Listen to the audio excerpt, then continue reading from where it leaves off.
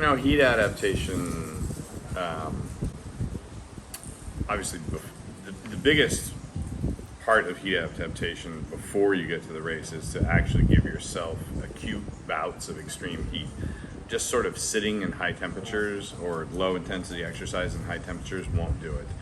You actually have to overheat yourself intentionally, and not to the point where you get heat stroke, but not far off, quite frankly.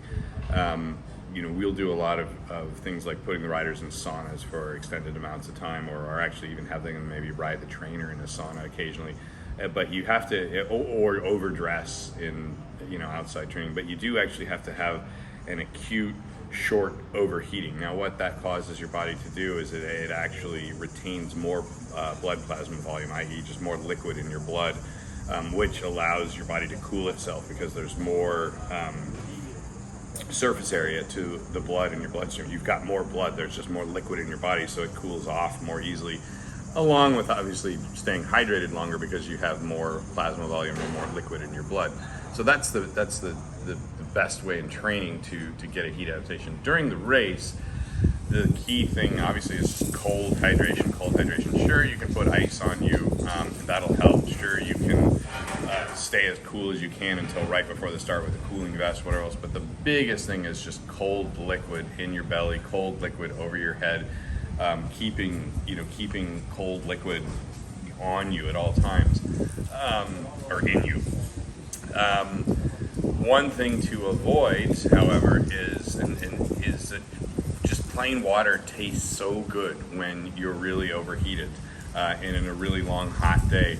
But your body has this balance between water and salt, and there are millions of years of evolution that you cannot go out of that balance. Your body will fight you to death, and your kidneys will fight you to death to keep in that balance. If you drink too much plain water on a really hot day, with the amount of salt you're sweating out, you're actually going to push yourself toward hyponatremia, which will really decrease your performance. So one of the things that, even if you don't really want that electrolyte drink because it's so hot out and you would just prefer plain water, normally speaking, we tell our riders, dump the water over your head, use the water to cool off your jersey, but drink the electrolyte drink because you need that salt.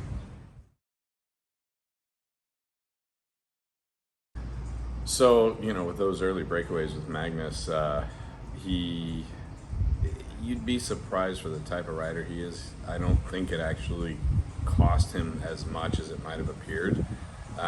Riding really steady like that at a sort of a medium power output for a guy like Magnus who's really durable probably actually didn't put him too far into the red.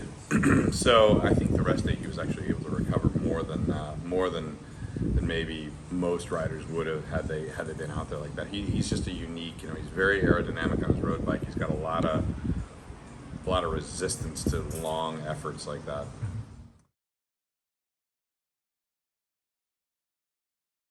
So Magnus, the day he won, he definitely was,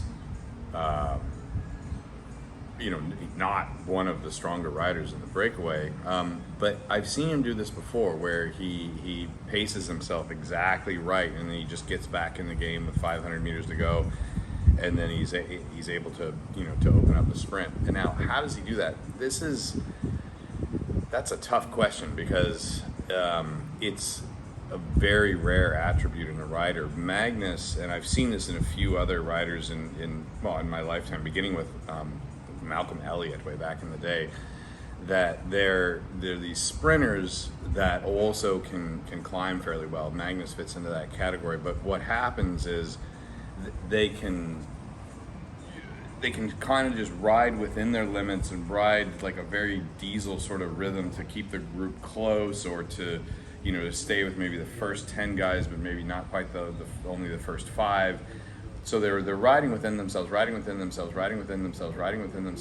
Most riders, when they're sort of at that 30-minute threshold power, 20-minute threshold power, they can't just all of a sudden produce a 30-second effort way above that. They're at their limit for that 30-second, 20 or 20-minute effort, and then they can only kind of punch it up just a little bit for 30 seconds.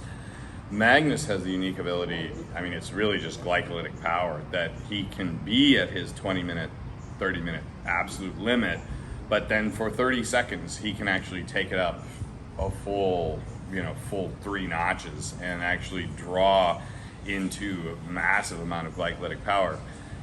That's honestly, I think he has a unique ability to be able to do that. Now, how do you train for that? Well, that's a great question. I think basically by doing it is the only way, is by sort of putting yourself on the limit of what your 20-minute max power would be, and then seeing at the end of that if you can produce like a 20-second, 30-second burst. The other part about it, bluntly put, is that Magnus is a winner.